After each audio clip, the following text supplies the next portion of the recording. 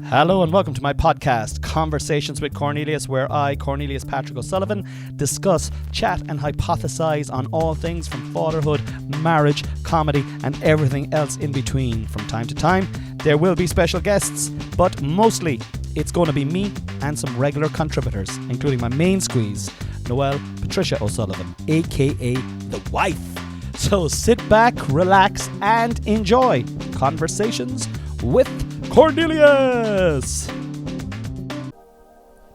Hello and welcome back to the padcast, ladies and gentlemen. Who am I? I'm Cornelius. I am the host of this particular podcast, Conversations with Cornelius, and you, of course, are yourself. Sure, you know yourself well at this stage of the races, and you're tuning in and you are listening to my voice. Just in case you did not know what was going on, I'm just letting you know because I don't want anyone kind of to be confused around here. Okay, it's not my aim.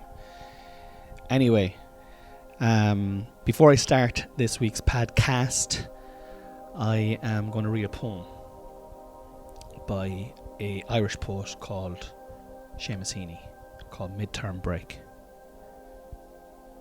I sat all morning in college sick bay, counting bells, knelling classes to a close.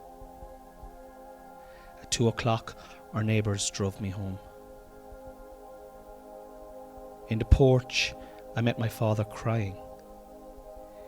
He had always taken funerals in his stride, and Big Jim Evans saying it was a hard blow.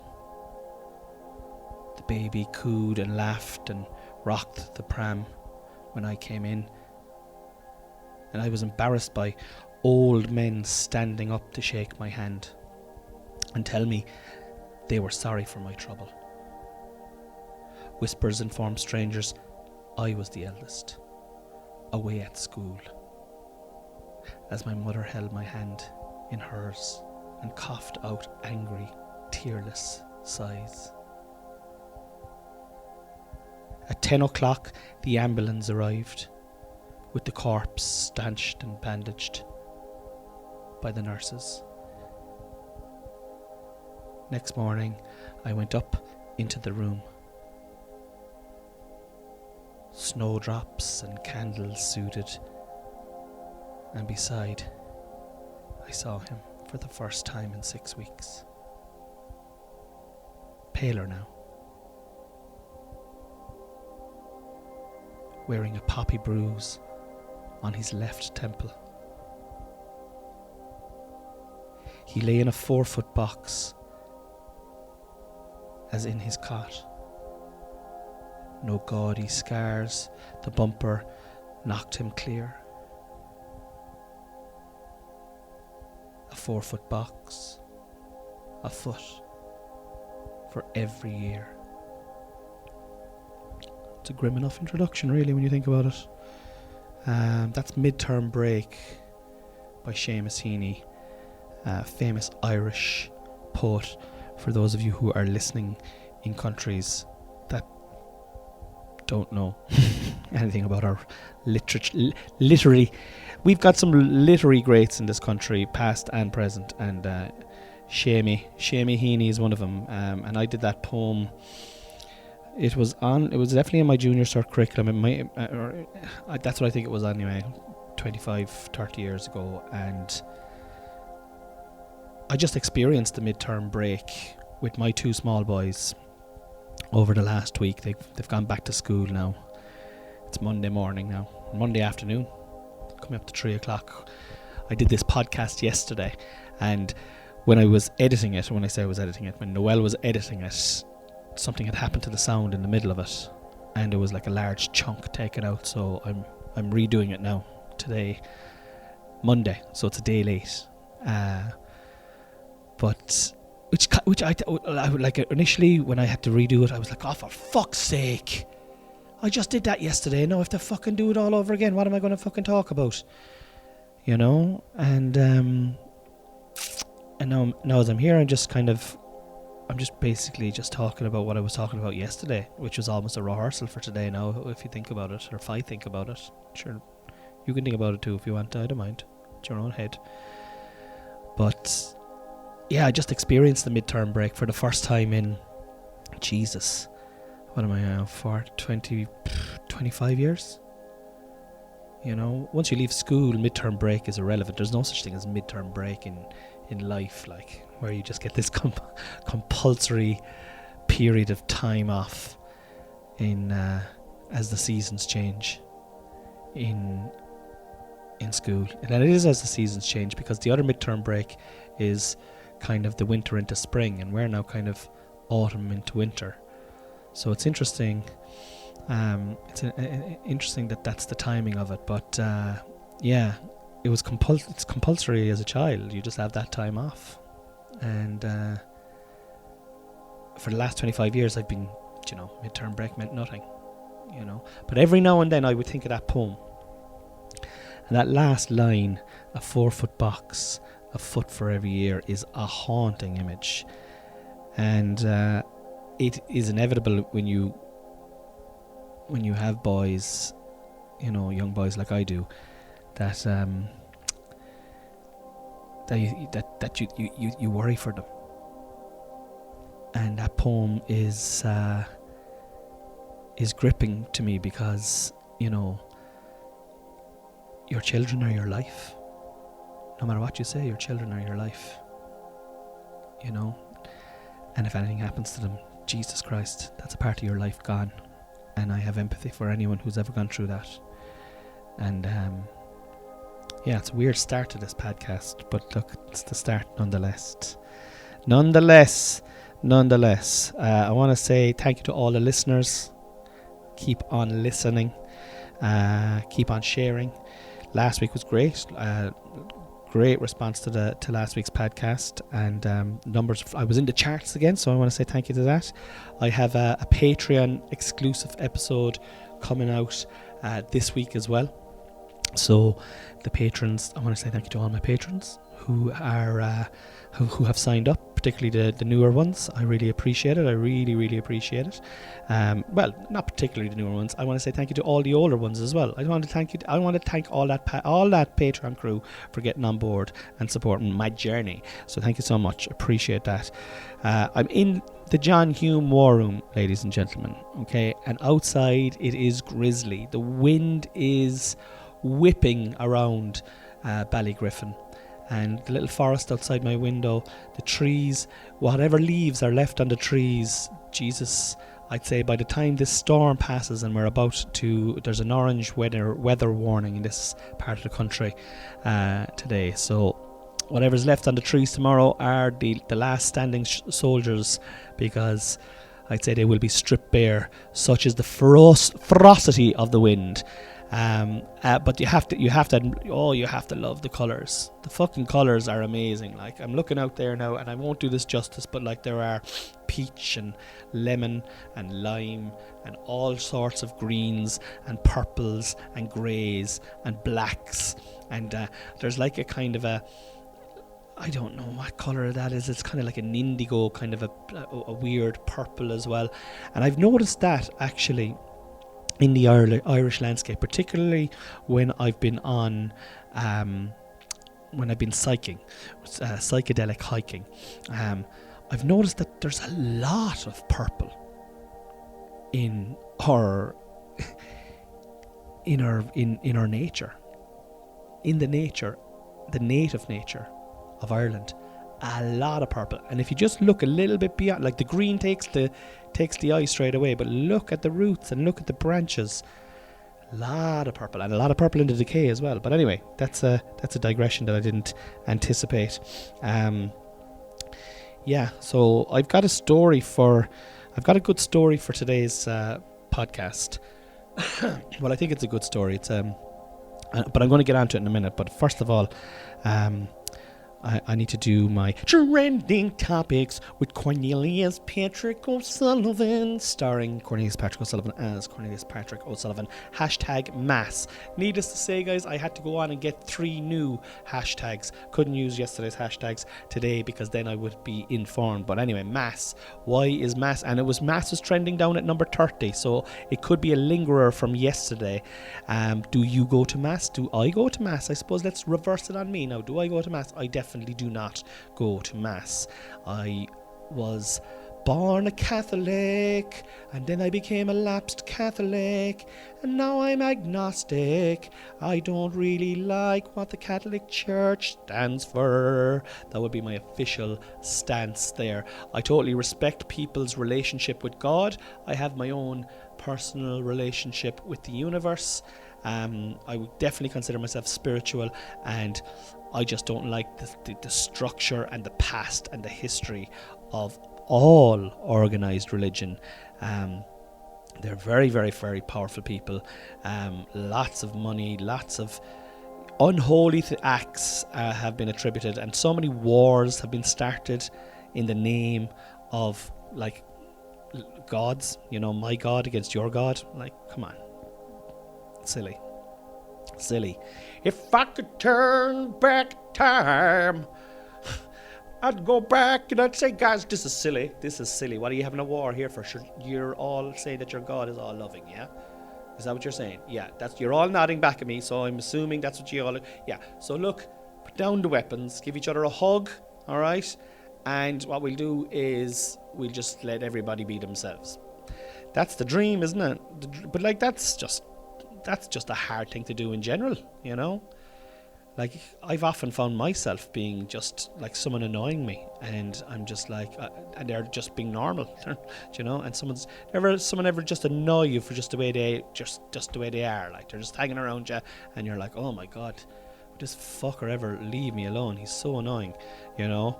And but they're doing nothing wrong, you know? So I suppose that's life kind of, you know what I mean? Not everybody is going to be your fucking cup of tea, and at the end of the day, I'd say you're a bit of a fucking bollocks as well yourself.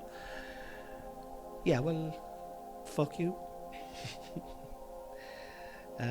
Trending topics, mass. But anyway, what else is there to say about mass? I'd go at Christmas. Like, my sons are going to a school that is Catholic. The Catholic religion is indoctrinated in there, but it's a local school. It's convenient for us to put him there. I am already talking to him about stuff like that, just saying, look, listen, that's what you're learning in school, and you know what, that could very well be the truth, but also you need to realize that education comes in many forms, and just because someone tells you something, it doesn't mean it necessarily is so. You should expand your mind and always think creatively. That is what I've actually been saying to Harvey. Whether it's going in or whether it's not going in is I'm not sure, but I only talk in terms of education about religion in that way. Everything else, I think, is he's getting his foundation in life now. Like, so you need a little bit of mathematics, you need a little bit of English, you need a little bit of geography, a little bit of history, and off you go, you know. Then make up your own mind.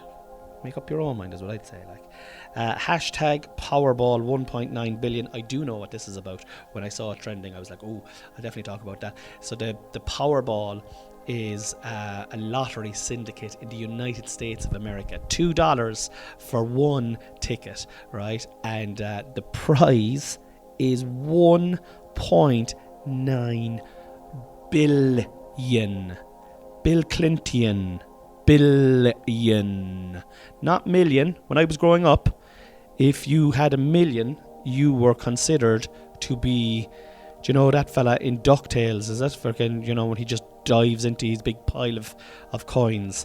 Like, that is how, like, wealthy you were assumed to be if you had $1 million when I was growing up in the late 80s and the early 90s. If you win this, you're going to win 1.9 billion. That is astra-fucking-nomical. And the way they do it in the States, and I'm speaking to the Massachusetts Massive now. Who I wonder if you're listening in here, if any of you from the Boston Massive over in the States. I wonder if you're buying any of these Powerball tickets.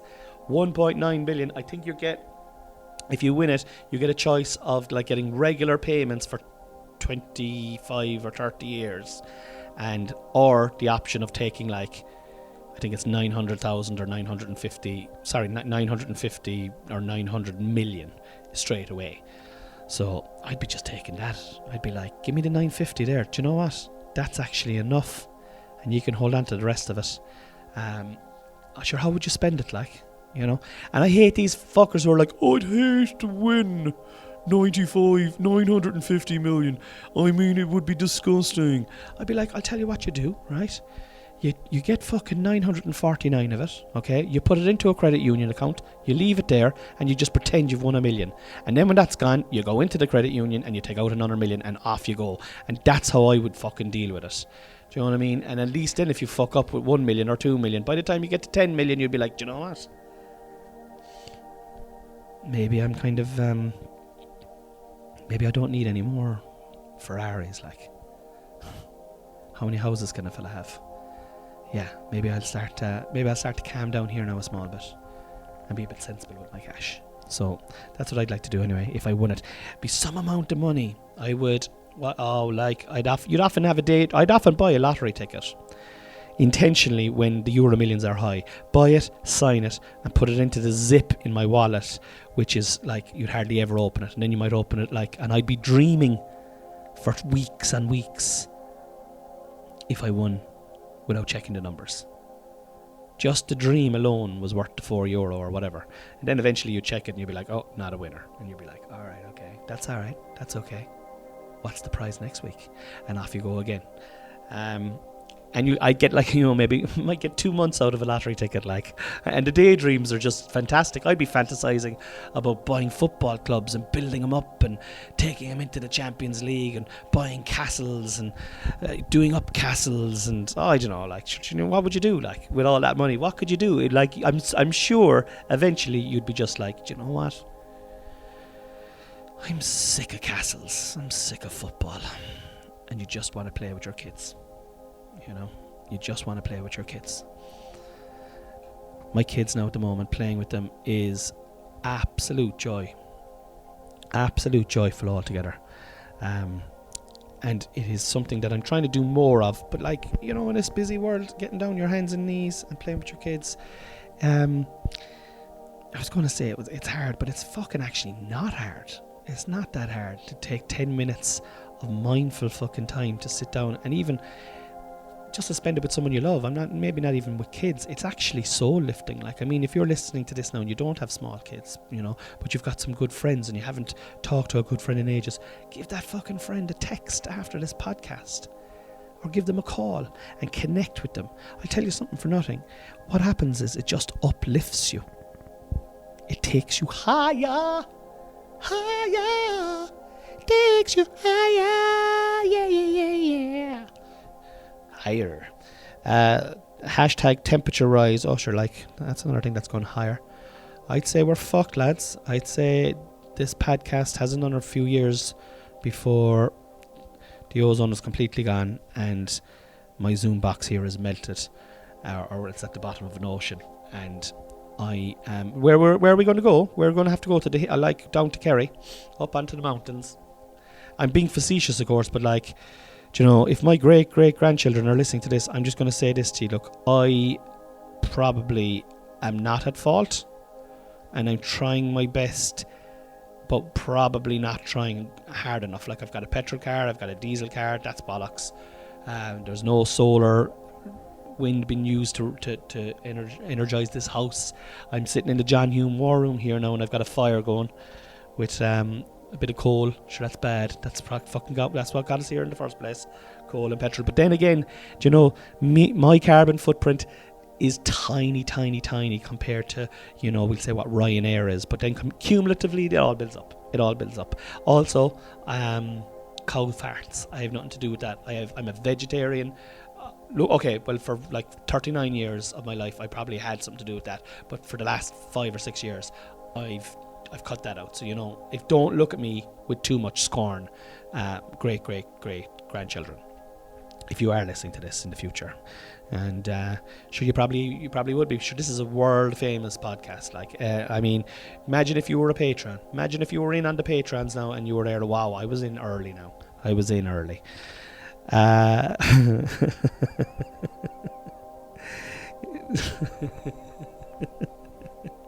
You're like, what the fuck? What the fuck is wrong with Cornelius? I do have a fire lighting here though, and it is nice. And it is something that's nice about the winter, is battening down the hatches and making soup. I was looking for a medal there last week, and here's the story now, right? I was looking for a medal for a sketch that I was doing, and I've won a few medals down through the years playing for Ballyclaw, playing hurling and football. It's I take great pride in the fact that when I was a minor, I won a minor county, and I won a minor county in hurling and football for my club. The grade wasn't very high. We were C grade. I think it was 12 aside in both codes, but like, yeah, it was what we had, and I played with all my schoolmates growing up, and yeah, great memories. Like, and I still, even though I didn't really play beyond kind of under 21, I still have great fond memories, and I have all, you know, I have those medals somewhere, but I can never find them. But I remember when we moved house here, I remember where I moved some of my medals. But anyway, I went up looking for a medal for a sketch, right? And the medal I came across, I couldn't find anything else except this medal, and it's a Division 3 hurling league medal from 2005. And I'll never, ever forget how I won this medal. And I legitimately played in this match now as well, right?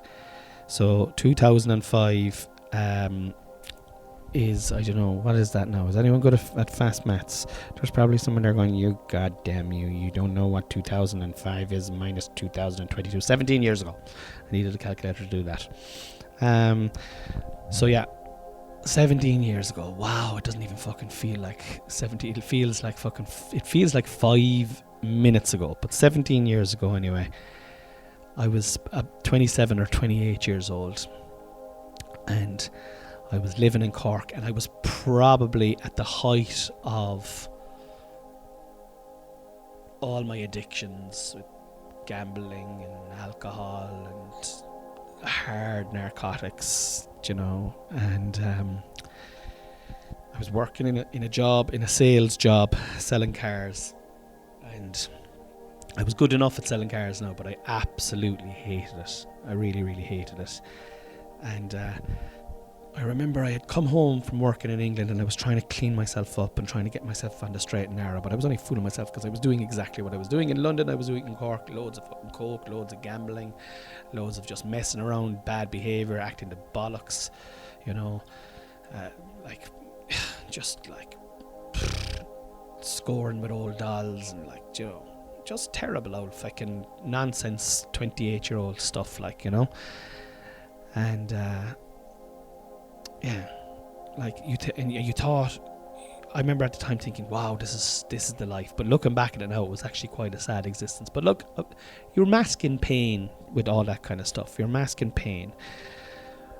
But anyway, what made matters worse is, as I came home, a lot of my friends decided to go travelling, and they had been travelling to the other, and they went travelling to the other side of the world. They were over in Australia and New Zealand and stuff like that. So it was kind of, you know, at home in the rain, selling cars, gambling away any fucking few quid I had, being a terrible dad to my son Dylan, and just chasing tail, you know, trying to get the shift, trying to get the ride, doing coke, and then just repeating that cycle, you know. And for a finish then it was just like fucking, actually gambling just took over for a finish, poker took over for a finish. It just became my mindset, just play poker all the time. Texas Hold'em 6-7 days a week, from 8 o'clock in the evening till fucking 5-6 o'clock in the morning. Degenerate, chasing chasing money you'd lose early in the night. Sometimes then you'd be making loads. Yeah, it was just, when I think back in it, it was like, it was adrenaline. It was just pure adrenaline. And you know what? You got some rush of adrenaline if you lost money as much as you get if you won money. And that's kind of strange. That's a strange thing, you know. But anyway, I should have been in my prime. I was 28 years old, and I should have been playing hurling and football if I hadn't gone off the rails at a young age. I think I might have been decent enough, because underage I was handy. I was a handy enough player. But anyway, I didn't. And one day out of the blue, I got a phone call from the selector of the hurling team, right? And he was like, Jesus Christ now, Connie, I tell you, we could do with you. All the boys are gone to Australia. And Ballyclaw had played a league semi-final in, I think it was February or March, and they had won. And in the fine tradition of the GAA, the final wasn't being played until around October. It was late October, early November, under lights in Newtown, Chandram. A final from a competition where the semi-final had been nearly a half, if not 3/4 of a year ago. Right, that was the way it was. But anyway, as I said, a lot of my friends had been gone. They were out of the country, and they were stuck for numbers. And this fellow was like, Jesus Christ Almighty, I remember you was a minor now. You were fucking very handy, and you always had it like. And you know what? You look back now, boy. You look back, and you'll wish you played. And I was trying to talk. I was like, no, look, I don't think I'll be able to do it. I don't think I'll be able to commit to training. And he was like, look, there's only one training session. We've a match next week. There's only one training session. Jesus Christ, if you can't commit to one training session, what kind of a bollocks are you at all? I thought you were a club man. And he got to me. He got to my heart. And I was like, I'll go to the fucking training. And I remember I went to the training, and it was like, for some reason though, we were in the depths of winter, but the night of the training session, it was like really mild conditions, and the ground was dry, and it was like a kind of a backs and forwards. There was only about 12 at training. It was very, very handy, and I put over a couple of points, and I was like, do you know what, still had a little bit of a touch, because I played a lot when I was younger. I would have played a lot growing. I went to boarding school. It was like a hurling mecca. You had a hurley in your hand every day of school, and then off school as well. You were playing it, like you just literally had a hurley in your hand for 5 years. And I remember that training session I was doing well, and they were like, "Jeez, well done, Connie boy, well done." And I was, do you know what? Maybe this could be my way out of the fucking ghetto. This is how I straightened my life out. This is before I was doing any comedy now or anything. I had no aspirations to be a comedian. I actually had wanted to be either a singer or an actor earlier in my life. Comedy wasn't something that was on the vision board. But so the match anyway. So they were saying, "Look, lads, we were playing Newtown Chandram, right? Who are a fucking stalwart team, one of the most successful clubs in the whole of County of Cork, if possibly in Ireland, considering the size of the parish and how successful they are at senior hurling." So we were playing, I think, their fourth team, right, under lights back in Newtown Chandram, and I was thinking to myself, this is kind of like Old Trafford-esque, like. I'm like, this is a guy, he was very good in his young age, and look, Manchester United are going to take a fucking chance on him. He's been pulled out of the trenches at 28 and put up front against like Liverpool. Like, that's what it's like. That's what it was like, fucking, pulled out of the trenches, Put away your cocaine, son, and come in here and start quarter forward. As if there was drug tests.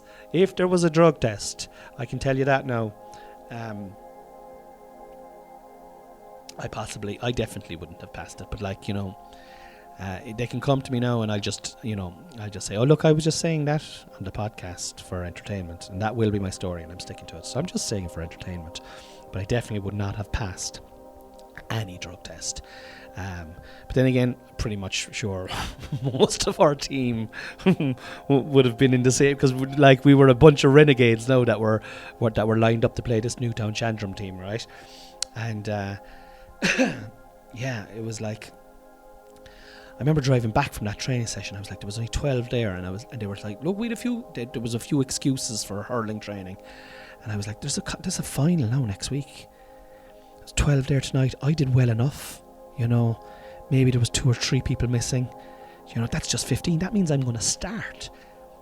That means I'm going to start in a North Cork final, albeit a Division 3 hurling league final, where the match is being played with, like, pretty much. I don't think there was even half of the team that had won the semi-final available for the final. That's how haphazard it was, and it's nothing to do with us. It was just so ridiculous that the semi-final was being played almost 6 or 7 months after the final was being played almost 6 or 7 months after the semi-final. But that's just the way it was, and that's the facts. Go back and Google it. All right, I don't care. Anyway, I remember I left work early, and I got down. I remember driving down, and I was visualising myself, under lights as well, like Friday night lights. I was visualising myself, and I wasn't carrying the weight I'm carrying now. I wouldn't have been athletic, but I wouldn't have been chunky either. I still could have been light on my loafers. I could have fucking sprung into action. I fancied myself. I was visualising this as I was driving down the road, in corner forward, making a run to the left, then making a run to the right, then going right and left, and then going left and right, and then spinning around my man and catching the ball and hitting it off my left and hitting it off my right. Visualising myself one-on-one with the keeper and just pinging it like a fucking table tennis ball, pew, over his head into the back of the net and running off celebrating, arms aloft, a la fucking John Fitzgibbon 1986. Do you know what I mean? That's what I was seeing as I was coming down the Cork Road and heading into the back roads down to the village of Newtown Shandrum, which is in the fucking back arse of nowhere, and but a fucking hurling mecca nonetheless. I often think to myself, it would be a great place now to raise your children if you were if you had nothing else going on in your life, if you're just into hurling. Because it's just a complete religion. It's they're all fucking, that's their mass, that's their God back there, and you gotta admire that. You gotta admire it. I admire it. I think it's an admirable thing when a community can come together like that and create consistent, excellent teams over time. Fair play to them. Take my hat off. I'm taking my hat off my head. I just took it off. But I remember anyway. I arrived down at 7 o'clock, and we had been told to be there for 7. And I this is when I was starting to get my suspicions that this particular match was not going to live up to the high expectations that I had given it in my own mind. I was thinking this was kind of the return of Christ, 3 days after the crucifixion. I was the prodigal son coming back to lead my club to glory. When the chips are down, when all the other lads who had won the semi-final were off sunning their arses, I was pulling us to a North Cork final single-handedly. Probably, they might have Pat Mulcahy's first cousin on me. Pat Mulcahy was centre back for Cork. His first cousin could have been a contender, but for some reason wasn't, but was definitely playing out of his depth, and they had him man marking me, and I was destroying him. That's what was going on in my head anyway. But when I arrived down at 7, I was kind of getting a suspicion that this little melodrama that I was playing out may turn into a kind of more of a nightmarish on Elm Street, or in Nightmare in Newtown, Shandrum vibes, because the gates were locked, and I was the only one there, and it started to piss out of the heavens. Out of the fucking heavens. Thunderous, stormy weather, very like what's outside my front window today, and by the time the gates were open, everybody else was here. Everybody else was there. It was about 25 past, coming on to half past, and a half an hour before throwing. And now the gates are only been opened, and they opened them up anyway, and we all spilt in. And the first thing that I noticed was that, Jesus Christ, we had way more than 12. And I counted out the players when we were in the dressing room, and it turned out we ended up having 19 players. So the guy that had been on to me anyway, and telling me that I was great, and that, you know, this is my big chance. I'd seen him in 2 or 3 young fellas' ears as well, and I kind of overheard him going, you know, this is, you'll remember this till the day you die, and all this kind of stuff. He was giving them the same rhetoric, the same special talk. He was just giving this out as fucking medicine to any prick that would listen to it. Of course, I had taken it to heart, and I was like, he's right, you know, I have a fucking responsibility to my club. Do you know, I gave away those good years to drink drugs and good times. Now here's my chance to bring it back. But he was giving it out to everyone, and I was like, this is a fucking bit of a dose, like, you know. Anyway, the next thing, they called out the team, right? And I wasn't on the starting team. I couldn't fucking believe it. Like, I was looking around, and there was lads there that were starting that weren't even at the training session the week before, you know. No, they were fucking at several other training sessions throughout the year for you know, the hurling championship and the football championship, and they were, you know, yeah, but they weren't at that training session, the one that I was at. Do you know, where were they that night? Do you know what I mean? Like, that's what I was saying. And like, they all had anyway. Look, it was annoying. And then, do you know who was sitting beside me? Right, I was togged off, right, and there was, I'll never forget it, right. You might know him, right? He went on to play for Cork in football and hurling, actually. Colm O'Neill, right? He was only 17 years old. You know, he just turned 17. I remember thinking to myself, what the fuck is this prick fucking togging up beside me for? I mean, he's just after turning 17. No, he was playing minor for Cork, and he did win a minor hurling All-Ireland the following year, and football one as well, and he ended up, you know, winning an All-Ireland for the Cork senior footballers in 2010, and he has an All-Star. So I suppose there was talent. The talent was emerging, like, but there was no need for him to be togged out in this game. Do you know what I mean? Like, he's the future. I was the present, but he still had the audacity to fucking. And I'm like, they're not going to bring him on. Like, what are they going to bring him on for? Do you know what I mean? He's going to get. What happens if Pat Mulcahy's fucking third cousin fucking gets a fucking go off this fella's ankles? Do you know what I mean? So I was like, I kind of gave him one of those sympathetic looks. I was like, how's it going, by? You know, and we were doing the pucking, you know, when you'd be pucking left and right in the warm up and stuff like that. I know he was flaking the ball at me as well, the prick. But yeah, I was like, yeah, he's way too enthusiastic here now. I know if the selectors are looking at him, they're going to be like, look at that, who's this fella? But anyway, the game was thrown on anyway, and I'll never forget, lads, the conditions were actually, they were biblical, right? It was wild and windy, and it was under lights, and there was about 4 or 5 spectators there. This wasn't the theatre of dreams now that I had envisaged during the week. This was like fucking, this was nightmare stuff, like, you know, the balls were frozen off me, you know, and it was out open, it was in their open field. They put us in, I think they have 2 or 3 fields back there, but we were in like this kind of open up all field, and it was, Christ almighty, I'll never forget it. Nipples and fucking testicles inside me, and nipples coming out, fucking, and then the wind just cutting through you, and the match was god awful altogether. We're talking now Division 3 hurling league in the middle of November. Like, I mean, I don't know, like, does anyone have a memory of this match? The only reason I have a memory of this match is because of the injustice that happened to me, and I'll get to that in a second.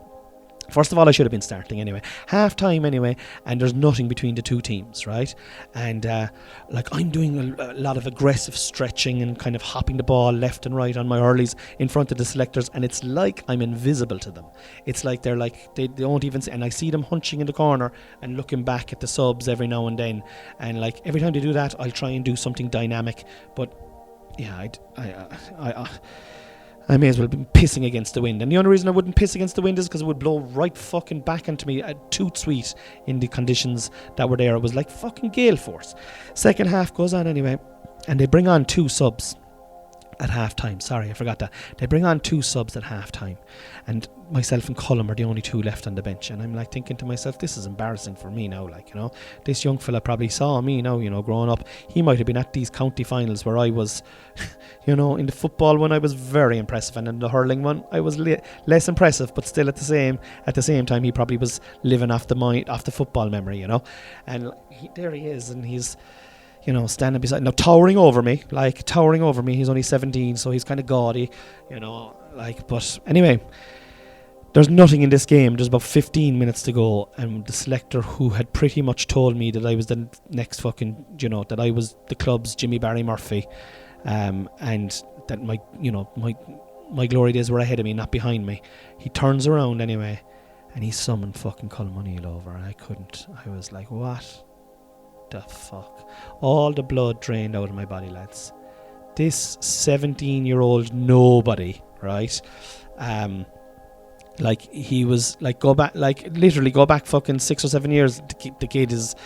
Do you know what I mean? He was a child. They're bringing him on, and I'm a man. Do you know what I mean? I'm a fully formed man, 28. I can tell you this: he wasn't fucking training. He missed training the week before. He was at a Cork match. He was playing in that match, but like, that's irrelevant. Anyway, he came on, and about 15 minutes to go, and I'm not joking you. Within about 5 minutes, he got the luckiest 3-3 from play. 3 goals and 3 points. All handed to him. Like, I was like, oh, this is grand to go on fucking Pat Mulcahy's second cousin or third cousin, with 15 minutes to go, when your man is wrecked, like. A handy 3-3 from play, and that was it for the game as well. We were up 12 or 14 points at that stage of the races, and we had the wind, and it was absolutely fucking, it was Baltic now, and I'll never forget, the selector turns around and he has a look at me, and he talks to the manager, and I'm like, oh look, here's my chance now. They're going to bring me on, and you know what? When they do, I'm going to fucking show them what they missed. I'm going to show them. So the selector turns around, and he's the ear into the manager, and the manager looks over at me, and then he looks back at the selector, and he just kind of shakes his head. No, fuck's sake. But then the selector kind of goes back in again, and he's like kind of giving him one of his impassionate pleas. And I'll tell you this, he's a good salesman, because he got me there, because there's no other cunt would have got me there, And eventually, anyway, he wears down the manager, and the manager agrees to bring me on. And this is only fucking adding more fuel to the fire of my life. I'm going to show these pricks what they're missing, Anyway, there's about 5, maybe 6 minutes to go, and the selector's still talking to him, and the manager's just shaking his head, like, all the time. No. And I'm like, I don't think I'm going to get a run here, The clock is ticking down. There's about maybe 2-3 minutes left, and then the universe, God himself, fresh from mass, decides to intervene, and one of our corner forwards goes down with a hamstring. And the 2 selectors turn and tell me to go on, and in I go, in corner forward. The other fella limps off. I think there's no more than 2 minutes left in this game, right? And I'm inside, and I'm on this fella, and he's taller than me, and he looks tough, and he looks fresh. I think he was only brought on himself not that long ago, and I'm like, I don't care, I'm going to get the better of this guy, I'm going to get the better of this boy. Anyway, the ball is out around the middle of the field, and myself and Colm O'Neill and our 2 fellas are marking us, and we're kind of like a two-man full forward line. And the next thing, anyway, whatever happens, the ball breaks loose at midfield, and one of our midfielders just jabs it up and catches it into his hand, and he looks up, and we've the wind, and we've the rain, and we have the cold all on our side, and we're up about 12 or 14 points. The game is over, really, but look, is it really over? It's never over till the fat lady sings, lads. So anyway, our midfielder, he pings in a high one way up into the sky, and the slitter gets lost in the grey and the floodlights. It's very difficult to see it, and it goes beyond Colm and his man, and then my man is out in front of me, and he puts his hurley up, but he misjudges it by, I honestly, lads, you're talking about a millimetre, and the slitter skids off the top of his hurley and then hits the ground in front of me and bounces maybe 4, 5 yards, 6 yards in front of me, but then just takes off at pace because of the wetness of the grass. And time slows down. I have a quick look. Colm and his man are kind of failing at the front. They're kind of in a bit of a little tackle. Colm kind of pushes him off him. My man then, who had gone out with his hurley, is after falling to his knees, and literally I just have to pick this ball up before the goalkeeper, and bang, just as I had envisaged in my daydream, I'm going to put it into the back of the net, table tennis style. And I run towards the slitter, and I can see it now. I'm in slow motion running towards the slitter, rain coming down. There's opera music playing inside in my own mind. No one else can hear it. The 3 or 4 fans that are at the match are probably at this stage not even fucking watching. They're so cold. But I'm watching. I know what's going on. And I go down and I go to jab the slitter up. But as I do, I get an all merciful funt of a shoulder. And I land right down onto my belly. And I look up as quickly as I land, and it's that bollocks, Colm O'Neill, after jabbing the fucking slitter up himself. And in he goes, and boom, buries it. 4-3, I think he ended up with that day. Anyway, apparently I was the future. Turns out it was the past. That was the last competitive game I ever played for, a competitive first team game. I played junior football after that for years, and I had some great battles with that. And there'll be some more podcasts down the line with games that I played in that. But that was the last game where it was the club's first team, and I was shown up by an upstart, really, to be honest about it. A young buck coming through, just trying to show off. What did he do after? Do you know what I mean? That's all I'll ask. What did he do after? Anyway, listen, thanks a million for listening, guys. I love you. Good night. God bless, and stay in by the wall.